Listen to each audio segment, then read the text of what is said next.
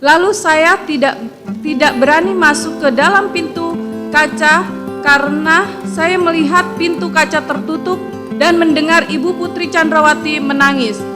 Putri Chandrawati tampak sedih saat menjalani persidangan di ruang sidang utama Pengadilan Negeri Jakarta Selatan pada Senin 17 Oktober malam.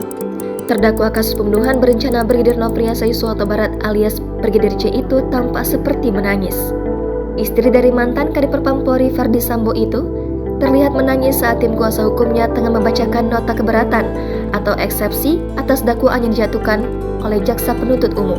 Hanya saja tidak terlihat jelas air mata yang keluar dari kedua mata Putri Chandrawati sebab adanya keterbatasan awak media dalam melihat kondisi secara pasti wajah terdakwa di persidangan.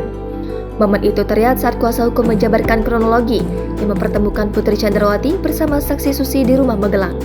Dalam eksepsi kuasa hukum, hal itu bermula saat Putri Chandrawati ditemukan tergeletak di depan kamar mandi dengan kepala beralaskan tumpukan pakaian kotor. Dari kondisi itu, Susi melihat Putri Chandrawati sedang tergeletak. Kejadian itu juga dalam eksepsi Putri Chandrawati ada sosok Nofriansah Yosua Huta Barat. Kendati demikian, tidak dijelaskan secara detail apa kondisi yang sebenarnya terjadi sebelumnya.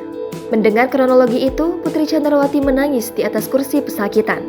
Beberapa kali tangan dari Putri Chandrawati mengelap air mata tepat di atas batas masker yang dikenakannya. Tak hanya itu, pundak Putri seakan menandakan seseorang sedang sesegukan. Vide halaman 3 butir 73 BAP lanjutan Susi tertanggal 10 Agustus 2022. D. Kemudian saya duduk di tangga, saya mendengar bunyi suara pintu kasa atau pengaman nyamuk seperti dibuka.